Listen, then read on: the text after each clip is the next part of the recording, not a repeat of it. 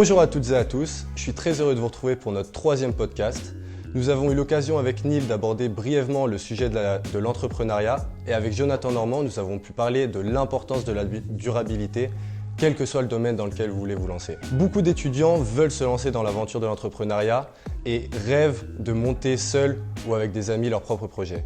Cependant, c'est une aventure périlleuse avec beaucoup d'obstacles et il faut avoir toutes les clés en main pour augmenter ses chances de réussir. Aujourd'hui, nous avons la chance d'accueillir Sophia Demeyer, cofondatrice et general manager d'Opaline, entreprise à mission basée dans les Alpes suisses, dont le but est de fournir des jus locaux et naturels. Bonjour Sophia. Bonjour. Merci beaucoup d'être avec nous. Avec plaisir. Alors pour commencer, est-ce que tu pourrais nous décrire un peu la mission d'Opaline ? Alors oui, volontiers. Opaline est une entreprise qui produit des jus de fruits et des limonades locales et naturelles. Sa mission, dès le départ, elle a été de valoriser l'agriculture locale par le biais de bons produits de haute qualité. Merci beaucoup. Alors, tu n'as pas été entrepreneuse toute ta vie. Tu as d'abord travaillé dans des grandes structures, par exemple la Fédération romande des consommateurs ou alors White Pods, qui est un service hôtelier écologique. Qu'est-ce qui t'a poussé à quitter ce genre de structure ? Alors, la Fédération romande des consommateurs, j'y suis toujours. Je suis dans le comité directeur de la fédération. White Pod a été mon premier projet entrepreneurial. Pourquoi je suis passée sur Opaline ? Tout simplement une opportunité.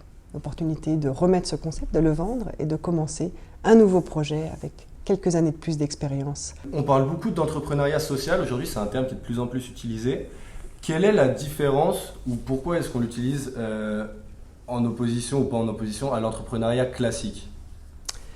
Alors, je ne crois pas que c'est en opposition. Ce qu'on peut dire, c'est que ces dernières dizaines et dizaines d'années, l'économie s'est développée dans une certaine notion de performance à outrance, j'aimerais dire. C'est-à-dire qu'on a pu voir des croissances linéaires où on produit toujours plus et on consomme toujours plus.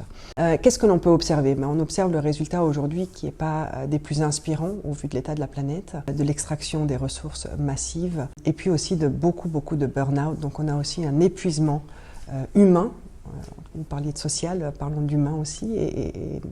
Et on arrive à un bout de chemin en fait. On arrive à la fin d'un cycle, j'aimerais dire. Finalement, l'économie est un moteur, c'est une énergie, c'est un écosystème. Et on peut tout à fait le diriger, l'accompagner pour qu'il soit moins dans l'extraction des ressources, même plus du tout dans l'idéal, mais surtout qu'il soit dans une production vertueuse. C'est-à-dire qu'il va pouvoir adresser un service ou proposer un produit, mais qui en même temps régénère son écosystème, régénère la nature, donc n'extrait pas plus que ce que la nature peut donner ou se régénérer. Et puis au niveau de la ressource humaine, c'est la même chose. C'est-à-dire qu'elle considère, cette nouvelle économie, l'écosystème dans sa globalité. Donc un fournisseur, un client, l'équipe centrale, les actionnaires, tout le système de gouvernance est considéré de manière, j'aimerais dire, holistique, systémique. Merci beaucoup. Comment est-ce que concrètement on applique ça par exemple chez Opaline ? Alors, Opaline, on l'a dit tout à l'heure, produit des jus de fruits. Donc, pour moi, le premier pilier qui est essentiel et complètement non négociable, c'est ce qu'on appelle l'économie circulaire. Donc, parlons du jus de fruits Opaline. Le jus de fruits Opaline représente un jus de fruits locaux. Donc là, on a déjà la notion de la distance pour réduire le transport et l'impact environnemental. Deuxième chose, ce sont des fruits qui ne sont pas calibrés pour être vendus en premier choix. C'est-à-dire que ce n'est pas la pomme que l'on voit dans un magasin que l'on consomme telle qu'elle. Ce sont des fruits qui sont plus petits, qui sont tapés, on les appelle quelquefois les fruits moches, et donc ils ne sont pas vendus tels quels. Donc Opaline réduit le gaspillage alimentaire et soutient l'économie de proximité puisqu'elle va acheter ces fruits moches quand même pour les valoriser dans des bons jus de fruits. Ça, c'est le deuxième point. Le troisième, c'est tout le processus de production.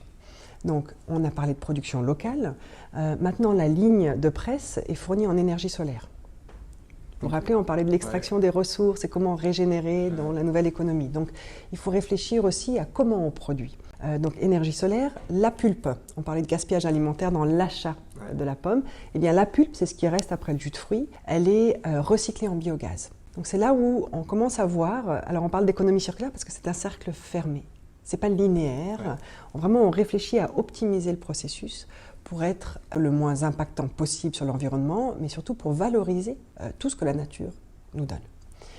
La bouteille. Nous avons fait le choix du verre dès le départ, à contrario du PET. Parce que pour nous, c'était l'option écologique la meilleure. On a commencé avec du verre à recycler, c'est-à-dire qu'on le met dans une poubelle à recycler, parce qu'en Suisse, on a des très très bons systèmes de recyclage du verre. Maintenant, on va aller un pas plus loin et on va le consigner pour pouvoir le laver et le remettre dans la production et donc dans le réseau de distribution. Donc tout ça pour dire que c'est une amélioration continue. Opaline, comme d'autres entreprises qui ont cette mission de vraiment être au rendez-vous de l'enjeu climatique, social et écologique. Ça, c'est pour la production. Au-delà de ça, alors on parlait aussi de gouvernance, on a parlé de l'écosystème. L'agriculteur est à la source, c'est lui qui va nous fournir les fruits et légumes. Il est partie intégrante de l'écosystème. C'est une réelle collaboration, ce qui est très important. Parce que normalement, quand une entreprise va croître dans l'économie entre guillemets classique, plus elle va commander de fruits, plus elle va travailler avec des agriculteurs, plus elle va essayer de réduire le coût de la matière première qu'elle achète. C'est l'effet de levier.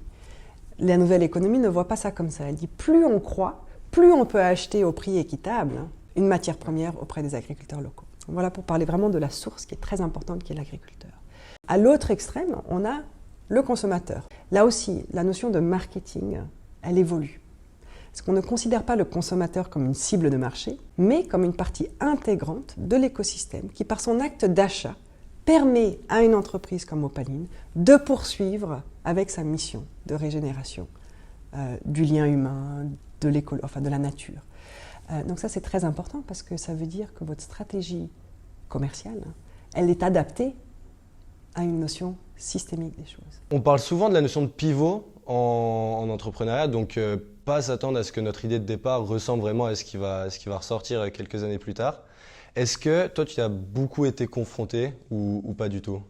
Alors oui, effectivement, ça, on l'a vécu chez Opaline, on continue de le vivre. Je pense qu'ici, on peut parler de cet équilibre entre avoir une vision à moyen long terme, qui est le projet cadré, parce qu'il faut quand même avoir un fil rouge, et puis la notion d'agilité, qui, elle, nous permet de s'adapter au moment présent. Et c'est là où parfois une idée, elle prend une différente direction, mais c'est une bonne chose, parce que ça démontre que l'entreprise est agile et qu'elle peut répondre à une tendance ou à une problématique qu'elle n'a pas vue 6 mois auparavant.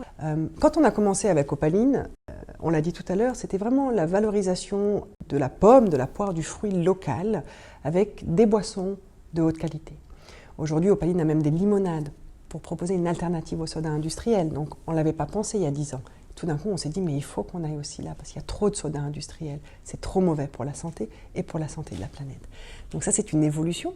Autre exemple, vous avez eu un podcast avec Bicorp. Vous avez peut-être parlé du Net Zéro 2030, donc ce collectif de Bicorp. On n'est pas les seuls, le monde entier s'y met très très bien. Mais là, on ne l'aurait pas pensé il y a 10 ans. Voilà. Mais on est assez agile que pour se dire maintenant, c'est le moment de s'y mettre aussi. Et puis ce plan Net Zéro Carbone 2030 va nous demander d'intégrer des nouveaux projets, bien sûr, dans notre structure globale pour pouvoir adresser cet objectif. Très intéressant, merci beaucoup. Alors, Opaline, comme tu l'as dit, grandit. À l'origine, vous faisiez que des jus, maintenant vous faites aussi des sodas, des limonades. Comment, justement, cette structure peut amplifier son impact tout en restant fidèle, justement, à ses valeurs ? Très, très bonne question. Je n'ai pas encore la réponse, mais on y réfléchit aussi chez Opaline. Et à mon avis, aujourd'hui, la piste qui me parle le plus, c'est ce qu'on appelle la duplication ou la réplication du modèle. Donc, je m'explique. Généralement, une entreprise, quand elle a une certaine taille, qu'elle démontre un certain succès financier, et pour Opaline également un impact social et environnemental positif, régénérateur, bien elle attire l'intérêt de partenaires, de nouveaux partenaires. Et là, il y a, je le mets très simplement, mais il y a 2 choix. Le premier, c'est que l'entreprise telle qu'elle est Opaline, qui produit en Suisse, va vendre plus de ce qu'elle vend pour avoir plus de revenus régénérateurs et avoir plus d'impact, donc plus d'emplois, plus de versements à la Fondation Opaline qui régénère les terres agricoles en partenariat, etc. Et donc, on va commencer à exporter le produit pour aller chercher des nouveaux marchés. Ça, c'est ce que j'aimerais appeler l'amplification entre guillemets classique. On a un pôle de production, on va optimiser, on en parlait au départ, ce qui va nous permettre de minimiser les coûts pour pouvoir financer une croissance dans des nouveaux marchés.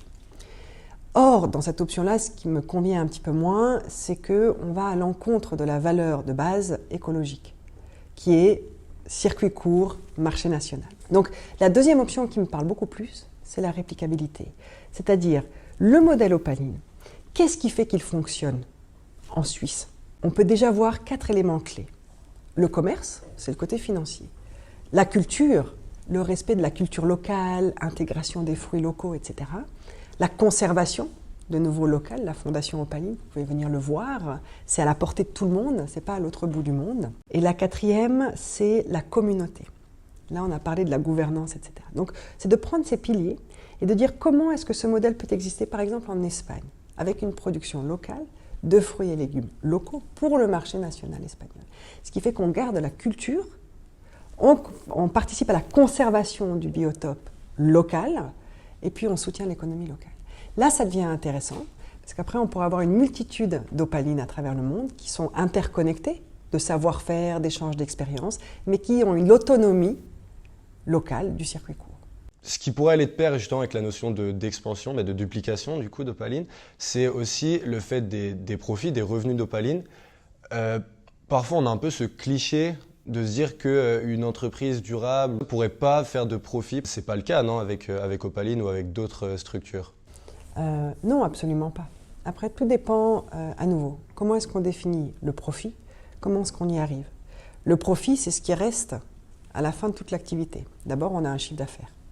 Ça, c'est ce que vous et moi payons pour un jus de fruits Opaline. Ouais. Ça génère du chiffre d'affaires. Comment ce chiffre d'affaires est alloué, est partagé, est utilisé dans tout l'écosystème fait toute la différence entre une entreprise à mission et une entreprise qui, on va le dire, est classique. Donc, il va optimiser toute cette répartition pour avoir le plus de profit possible.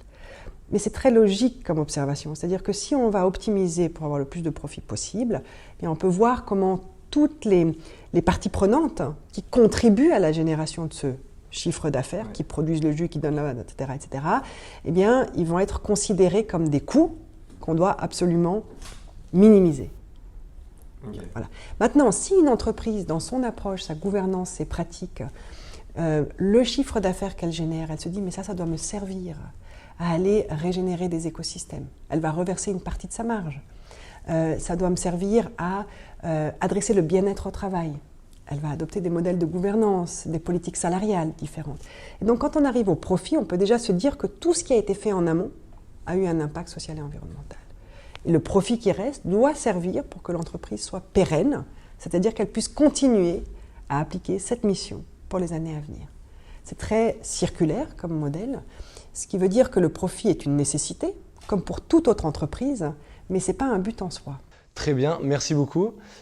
Pour conclure un peu cette discussion, quels conseils tu pourrais donner justement aux étudiants qui nous regardent pour vraiment se lancer dans le monde professionnel et le monde de l'entrepreneuriat?